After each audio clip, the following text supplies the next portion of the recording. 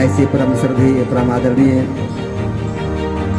हमारे अभिन्न मित्र ब्रह्मचारी आचार्य कौशिक चैतन्य जी महाराज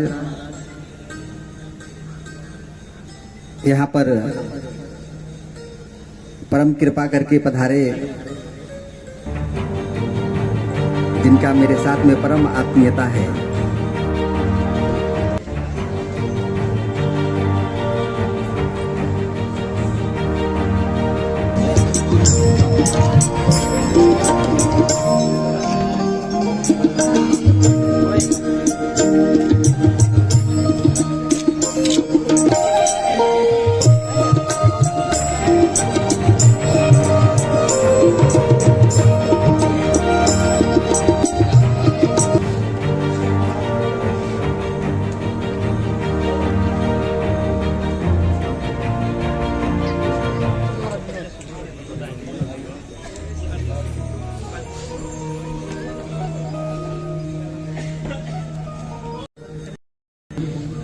ऐसे परम श्रद्धेय परम आदरणीय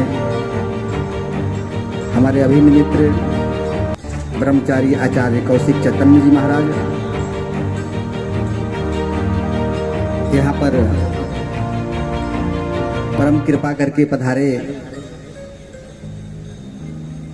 जिनका मेरे साथ में परम आत्मीयता है।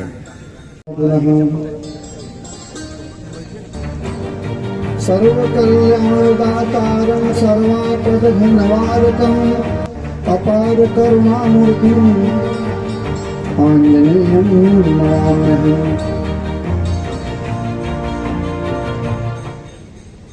उनके कार्य के लिए, भगवान के कार्य के लिए, भगवान के कथा के लिए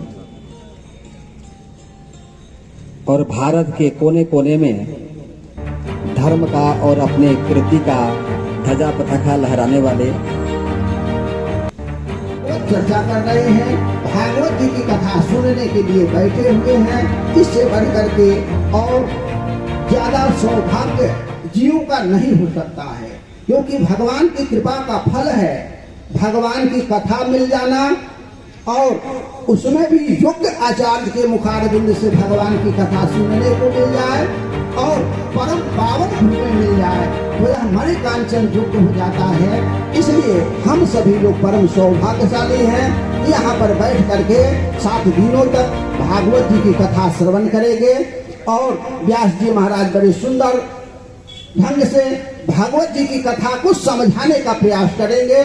कथा तो सभी लोग कहते ही रहते हैं, लेकिन जो कथा को समझाते वही चतुर व्यास, वही जो है उत्तम वक्ता माना जाता है। इसलिए हम पूज्य व्यास जी महाराज के प्रति भी लेकर के यहाँ पर कथा सुनाने के लिए हम लोगों को समय दिया। मुखारबिंद से ही हम लोग सुनेंगे, समय बहुत हो नहीं, लेकिन मंगल कामना के लिए 2 बार भगवान के नाम का हम लोग राम राम राम कहो, राम राम राम, रोज सुबह शाम कहो, राम राम राम राम राम राम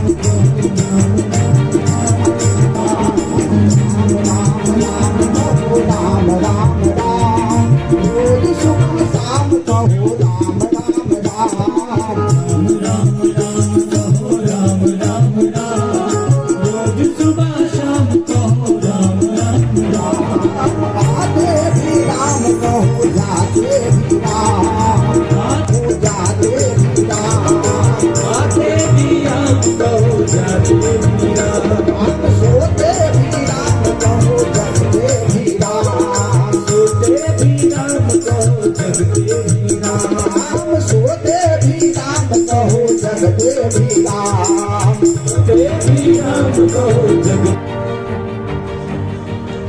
द्वाराचार्य जगत गुरु द्वाराचार्य महंत कृपालु जी महाराज, संत एलवीदास जी महाराज, जन भक्तजन महंत मनुदास जी महाराज हनुमानगढ़ी रिकाबगंज, हमारे साथ आए हुए भाई अमर के रूप में, और इस कथा के जो कंटू सिंह जी और सभी को मैं अपने तरफ से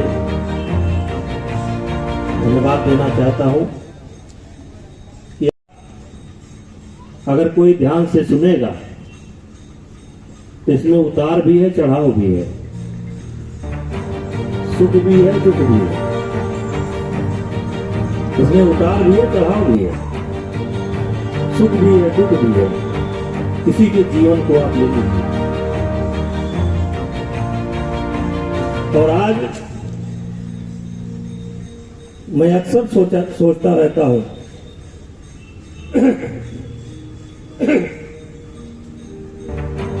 मैं कई मंचों पर यह बात कहा भी है। गांधी के चरणों में, उनके प्रांगण में बैठकर इस वट वृक्ष के नीचे, जहाँ भरतलाल जी बैठकर इस वट वृक्ष के नीचे रहकर कथा रमाला आवे सुने विहंग मराला, ये वही वट वृक्ष है जहाँ पे है, ये त्रेता युग का वट वृक्ष है जहाँ पे भरतलाल जी रह करके और 14 वर्षों तक तपस्या किया राम के याद में। और राम आए यहाँ गले मिले, राम बन गए। उसके पहले हनुमान जी संजीवनी बूटी लेकर जा रहे थे, उसमें हनुमान जी महाराज और भरतलाल जी गले मिले। ये पेड़ उसी का प्रतीक है। इस पेड़ के नीचे जो भी आते हैं, जो भी अपने मनोकामना को मांगते हैं, उनका सर्व मनोरथ पूर्ण होता है। यह सर्व सिद्धि यह आश्रम है और यह प्राचीन श्री राम जानकी मंदिर भरत तपस्थल के नाम से प्रसिद्ध है। यहाँ भरतकूप है जो भरतलाल जी महाराज चित्रकूट से जल लेकर आए थे, वो जल का भी स्थापना यही किया था। भरतकूप भी यही है, ये वट वृक्ष भी यही है। और यहाँ पर जो है सरकारों के द्वारा यहाँ चिन्हित भी किया गया है पत्थर लगाकर कि ये प्राचीन काल का है, उस काल का है। इसमें आप कहेंगे कि वट वृक्ष के नीचे इतना सुंदर, इतना सुंदर जो है, जो वट वृक्ष की लताएं जमीन में आती है पर इसकी शाखाएं इतना प्रेम का प्रतीक है कि वो ऊपर ही एक दूसरे से गले मिल जाते हैं। ऐसा प्रेम का प्रतीक एक पेड़ सिखा रहा है और हम लोग मानवता से मानवता की ओर नहीं बढ़ करके मानवता से दानवता की ओर बढ़ रहे हैं। यही हमारी सभ्यता बढ़ती जा रही है। इसलिए कथा हो रहा है कि सभी के अंदर मानवता आए, सबके अंदर संस्कार आए और सभी राम जी के और राममय हो करके अपने जीवन यापन करें। सियावर रामचंद्र की जय। यहाँ लमसम मुझे लगता है कि 30-32 वर्ष पहले से चल रही है और यहाँ नवरत्न। देखिए, मेरा संकल्प है कि यह पूरे भारत को, पूरे राष्ट्र को एक चरित्र निर्माण करने का। हर माँ बाप अपने पुत्र को, अपने संतान को चाहता है कि वो राम जैसा हो, पर उसके पास स्वयं का चरित्र अच्छा नहीं है और पुत्र चाहता है कि राम जैसा, बहू चाहता है कि जानकी जैसी। तो उसकी संस्कार उसी जैसा रखना पड़ेगा। तो उसके लिए हमारे जड़, हमारा नींव, हमारा रामचरितमानस है। हमारे सनातन का धर्म का धरोहर है रामचरितमानस, जो राम को स्थापित कर सकता है। जो राम को स्थापना नहीं करेगा वो और किसका क्या स्थापना करेगा। इसलिए राम के लिए और अपने चरित्र के निर्माण के लिए रामचरितमानस घर में रखना, उसकी पाठ करना निरंतर, ये अत्यंत आवश्यक है। तभी ये भारत हमारा राममय होगा और चरित्रमय होगा। इसी संकल्प लेकर यह कार्यक्रम संपन्न होगा। बोलिए।